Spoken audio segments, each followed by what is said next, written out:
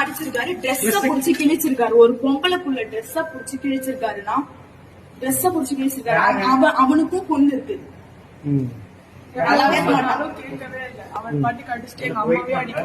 எங்க அம்மாவையும் எல்லாரையும் இழுத்து போட்டு அடிச்சிருக்காங்க. இவ இன்னைக்கு போனதுனால இவ இல்ல. எங்க 3 பேரையும் அப்படிதான் பண்றாரு. முன்னாடி கண்ணாடி ஷோகேஸ் இருந்துச்சு, அது எல்லாத்தையும் இழுத்து போட்டு அடிச்சிட்டாரு, உடைச்சிட்டாரு. உன் தங்கச்சி எதுக்கு அங்க போறா, உன் தங்கச்சி எதுக்கு அங்க போறா அப்படின்னு. நான் எனக்கு தெரியாது, அவகிட்ட நீ பேசிக்கோ அப்படின்னு எத்தனை தடவை சொன்னாலும் நீங்க திருந்த மாட்டீங்களா அப்படின்னு கேக்குறாங்க. மயங்கி விழுந்துட்டானா, இப்ப தூக்கிட்டு வரோம், நான் தண்ணி எல்லாம் தெளிச்சு தூக்கிட்டு வரோம், மயங்கி விழுந்துட்டானா.